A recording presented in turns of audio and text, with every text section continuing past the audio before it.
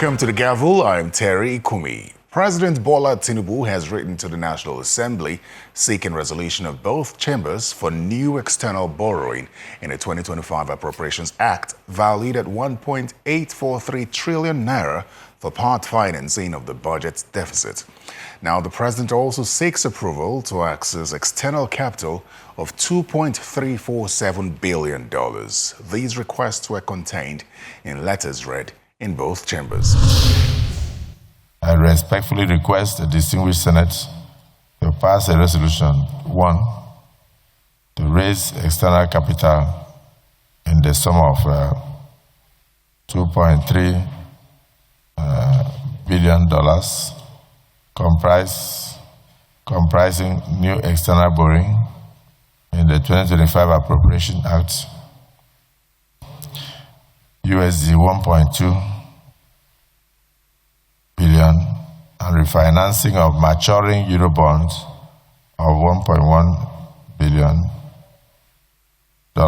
through any of the following options: through the Eurobonds bridge finance facility from book runners, loan syndication, direct borrowing from international financial institutions. Finally, to issue a debut standalone sovereign sukuk of up to $500 million, with or without credit enhancement from the Islamic Cooperation for the issuance of investment and export credit. Implementation of new external borrowing in the 2025 Appropriation Act. Through the House of Representatives may wish to note that 2025 Appropriation Act provides for 9,276,348,934 naira as new borrowings to finance the 2025 budget deficit, of which 1,843,669,786,987.16 naira, which is equivalent of $1,229,113,000 at the budget exchange rate of 1 USD to 1,500 naira, is specified as new external borrowing. Now, a bill currently before the United States Congress on alleged Christian genocide in Nigeria is causing a stir across the country and has caught the attention of members of parliament. That bill, according to the House Majority Leader Julius Ihovere, has scaled second reading in the U.S. Senate and is at committee level. The concern around the bill, which seeks to designate Nigeria as a country of particular concern, was first raised in the House of Reps by the Deputy Speaker. The House notes that on 9th September 2025, Mr. Speaker, a bill titled Nigeria's Religious Freedom Accountability Act 2025 as 2747 was introduced in the United States Senate, seeking to require the U.S. Secretary of State to designate Nigeria a consigned country of particular concern, if you like, country of particular concern, known as the CPC, and to impose sanctions on Nigerian officials under Executive Order 13818. Mr. Speaker, honorable colleagues, the House recognizes that Nigeria's Constitution guarantees freedom of thought, conscience, and religion, and bars adoption of a state religion, and that successive administrations, security agencies, faith leaders, and civil society continue to undertake measures to protect all worshippers and prosecute offenders, as reflected in the U.S. Department of State's 2023's country chapter and prior reports. Mr. Speaker, the House also observes that insecurity in Nigeria is complex and multi-causal, driven by insurgency, driven by criminal banditry, farmer-herder conflicts, separatist violations, and communal disputes affecting citizens of all faiths. Now, lawmakers argue that Nigeria does not have a religious crisis and prompt action must be taken to ensure that the bill does not pass in the U.S. Congress. Some of us here may not fully appreciate the import of this move in the U.S. Senate. It has been read twice on the floor of the Senate and referred to a committee as we speak.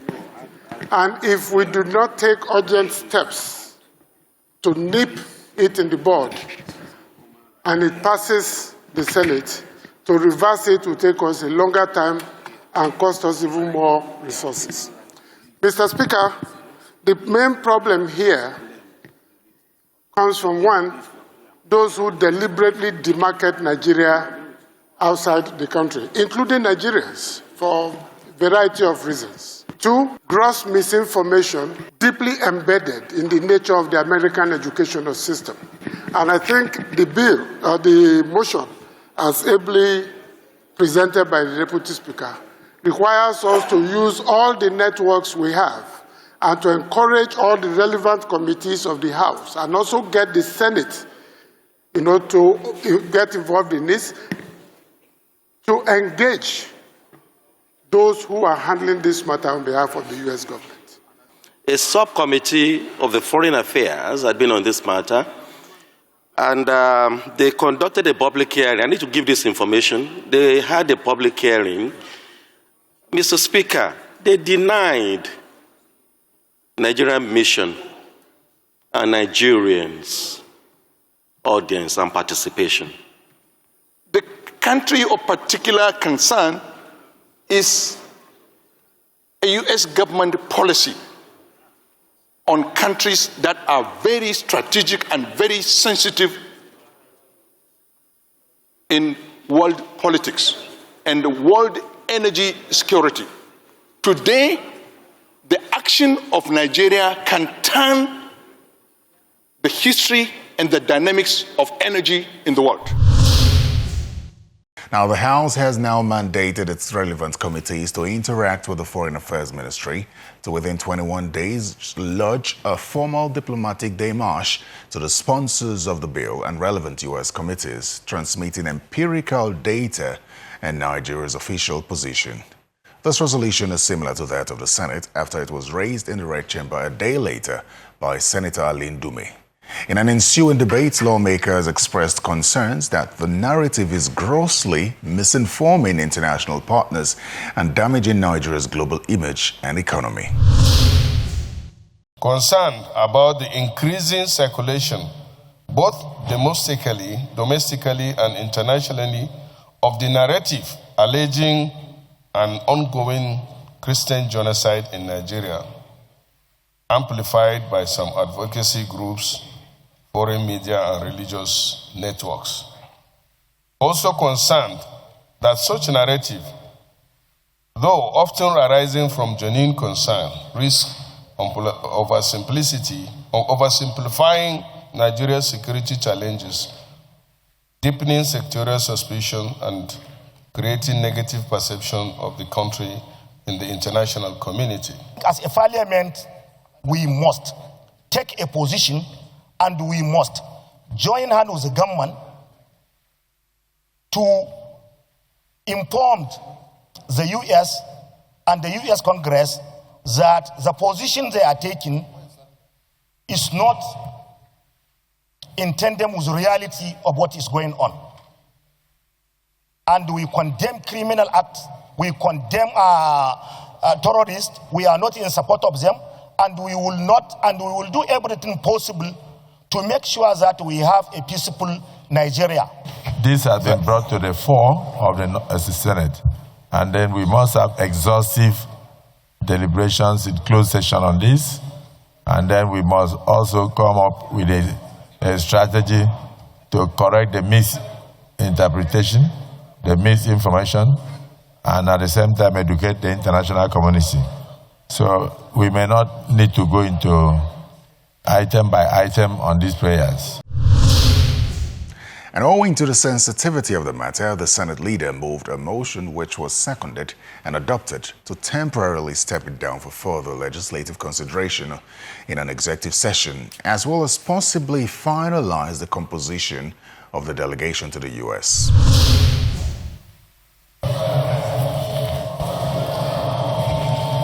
Now staying with the Senate, after a 6-month suspension, the senator representing Kogi Senatorial District resumed alongside her colleagues for legislative duties when they resumed on Tuesday.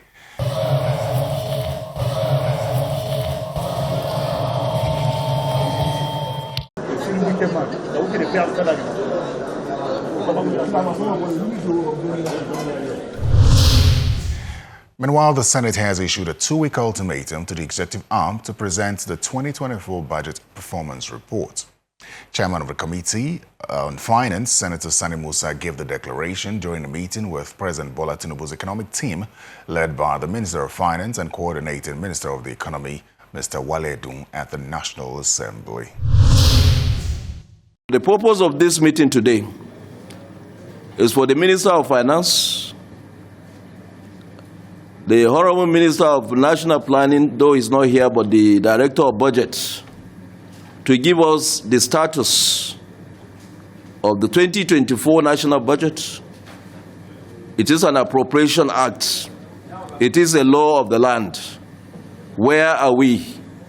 Where have we started with the 2025? We're in October, last quarter of the year. We're supposed to start preparing for the MTEP, medium-term expenditure framework. Supposed to have been here by now, if we are to go by the law. So the reason for calling for this meeting is to know the status. Where are we in 2024, 2025, and what is happening about the 2026 national, MTEF, before we start talking of planning the budget for 2026. 2024, effectively, given the commitments we have, is high performing potentially because it runs to the end of the year as mandated by you. And 2025 also, we have committed to, and we have 2.5 months or so left. We are committed to also having a good performance under 2025 capital budget. And finally, as the chairman has said, we all are committed as a group, as a team, and as people that are working together to ensure that the implementation overruns, I will call them, the extensions of the capital budget, which occurred in 2024 and 2025, will be a thing of the past. That's an important commitment that we are all making together. Welcome back to the Gavel. In the House of Representatives, several matters of urgent national importance were raised. Now, while the House's idea of what constitutes a matter of urgent national importance is in question, this past week, plenary was flooded with motions of urgent national importance. One is the need for investigation of the electric power sector reform program from 2007 to 2024. It was raised by Representative Basi Ekpeyong. The House resolved to conduct an investigation into the activity of transmission companies, all these costs, their remittances, the tariff regime, and to ascertain the effectiveness or otherwise of the privatized power sector to the country. Mr. Speaker, the House resolved to invite the Minister of Power, the Managing Director of Nigerian Bulk Electricity Trading PLC, heads of Nigeria Electricity Regulatory Commission, the Transmission Company of Nigeria, Rural Electrification Agency, and other relevant stakeholders to appear before the committee to provide details and justification for the funds received and spent. The House, through another matter of urgent national importance, resolved to investigate deductions of taxes and sundry charges from civil servants, as well as multiple bank charges. Resolve to constitute an ad hoc committee to investigate the nature and purpose of utilization of taxes, levies, and sundry charges deducted from the civil and public servant salaries and the multiple bank charges levied on customer accounts, including practice imposing VAT on already existing charges, and report back to the House within 4 weeks. Composition of the ad hoc committee to investigate the deduction of taxes and multiple bank charges. And the membership is as follows. Honorable Kelechi Wogu, Chairman. Honorable Sagir Koki. Honorable Ginger Nwosibe. Honorable Mark Obeta. Honorable Manushim Alozi. Honorable Billy Osaro. Honorable Isosa Iyawe. Honorable Fidelis Joseph Bagudu. Honorable Yakubu Jafaru. A motion on the need to investigate funds appropriated and disbursed for the rehabilitation of the Port Harcourt, Warri, and Kaduna refineries between 2010 and 2024 was raised by Representative Sesi Wingen. The House is further worried that despite consistent annual budgetary allocation in the Appropriation Act over several years, there is no verifiable evidence of substantial rehabilitation outcomes, representing a gross misuse of public funds and betrayal of public trust. The House is convinced that a comprehensive, transparent, and time-bound investigation by the House is essential to 1. Ascertain the current operational and structural status of the Port Harcourt, Warri, and Kaduna refineries. 2. Examine the utilization of all allocated funds and the effectiveness of rehabilitation efforts. Identify any infractions, mismanagement, and corrupt practices in the management of these assets. Now, the House considered and approved an infrastructure motion for Kogi State as raised by Honorable Leke Abejide. Observe that the Obajano to Kaba Road constructed under the tax credit scheme awarded to Dangote Cement is already failing few years after completion due to the immense pressure caused by heavy vehicular traffic evident on Kaba to Egbe Road sections, where thousands of 45-ton trucks converge daily. As a matter of fact, for every 5 cars counted, over 100 trailers are observed. The stop that Kabato Yamoye Road in the Jumu local government area, allegedly awarded to Dangote Cement under the tax credit scheme 2 years ago, has completely collapsed due to heavy-duty trucks, traffic, commuter from southwest, south-south axis, detour through Ekiti and Ondo State, turning a 30-minute trip into 2 hours, 30 minutes journey. Order, please. Meanwhile, on Tuesday, a slight altercation ensued when Representative Obinna Agwocha tried to draw attention to a letter he had written to the Speaker of the House and the President regarding Nnamdi Kanu, who is standing trial for alleged terrorism. The Speaker, or rather the Deputy Speaker, had to wade in to put the matter to rest. A visit to my office can solve the problem, so I don't think if... Mr. Speaker, I've been to your office, Mr. Speaker. So you mean I've you also have submitted the explored letter, all Mr. Speaker. options and opportunities. You couldn't see me except here. Please. I've been to your office to seek over-argue with the Speaker. Please. Excuse me, sir, can you read the order book, Rule 6 and subsection 2, to know that I also have the right Honorable, Yes, we do, but please, you are you not are ruled privileged. out of order. You are ruled You out don't of order. shut You me can sit down. down, please. I understand the pain in the heart of the representative with regards to the subject matter of Nnamdi Kanu, but we'll come properly before the House so that proper hearing will be given to it. It's just the procedure that I was challenging, not the substance of the issue. No problem. We'll be willing and ready. Anytime you are ready to bring up the matter, thank you. We'll do the needful and give you all the time to present. All right, time now for Constituency Focus. We'll speak with Senator Francis Fadansi, who represents Osun Central Senatorial District.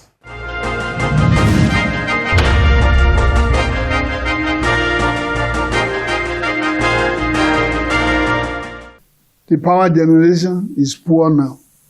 The distribution is almost at zero. If the situation of power improves, then we want small scale industries. We have to go further. Enough of distributing 5,000 naira, which could not bring any development. If the state, like what Osun is doing now, Osun is now doing some major roads to connect the farmers. Then our own would like to do feeder roads in conjunction with the local government. The local government now is working, at least in Osun. That's my area. My area is Osun East. That's Ife, Idisa, Senatorial District. Our problem now is the major road, that federal road that passed through Osun to Ekiti, Ondo, and Kwara. So if those major roads could be done by the federal government, then we'll be okay. The remaining roads that we attract the farmers to come from the villages to town, that is our own problem, which is major. So we'll be able to cooperate with the state and federal, because we have been doing it, including bridges. Then we are going seriously to agric this year. God so kind. The two ministers in agric are all agric experts, and they are from Senate. So we have to go to meet, and we have met them to advance our own cause. Because the more we produce food, the less you see villagers coming to town to disturb peace. Then, if there is power, we have to connect them to do a lot of more of artisan work, which we are trying to do now.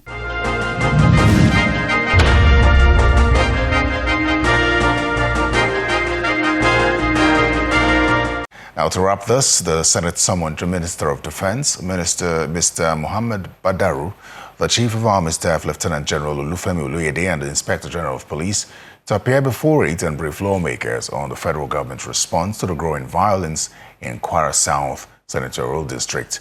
The resolution followed the adoption of a motion sponsored by the Deputy Senate Leader, Senator Oyelola Ashiru, on the urgent need to address insecurity in the district, particularly in the Felodun local government area. Well, that's a wrap on The Gavel. Thanks for your time. I'm Terry Kumi. Goodbye.